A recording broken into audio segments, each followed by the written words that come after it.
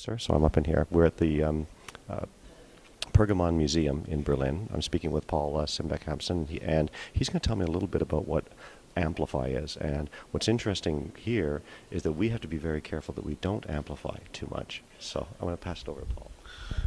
Thank you. Yeah, we have to try and keep the noise down a little bit because we're in kind of like a restricted zone. Anyway, Amplify. Thanks for asking me about Amplify. Many people have seen that I've been talking about it over the last few months. How can I describe it very quickly? Well, Amplify is a way of generating conversation beyond 140 characters.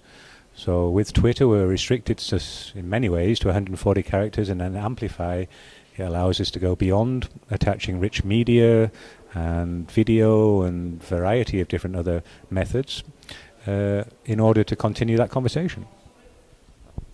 Very interesting. I think it's a little similar to, we were looking at some cuneiform tablets, and that we saw some very, very small, which only had small messages, and then we went and we saw some much larger, and then we saw some even in cylindrical form. So really what we're doing is that we're taking a single message and putting it out in multiple ways. Would that be right?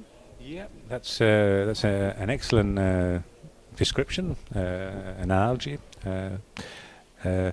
In addition to the services that you actually get from Amplify, the community that exists on Amplify is full of intelligent, engaging folk who are always willing to join in a conversation, and this is one of the major benefits that I find beyond all the other platforms I've tried. Well, I think it's very interesting seeing how media, the way that we communicate, has changed so much. We have behind us Islamic culture. We see the way that the Arabic language was used. We just went through the Babylonian exhibit where we saw cuneiform, and we've seen all kinds of changes. And today we were at the film museum, and we saw how film has changed over the years. So here in Berlin, it's been really interesting in terms of looking at the changes that we've had over thousands of years. Yep.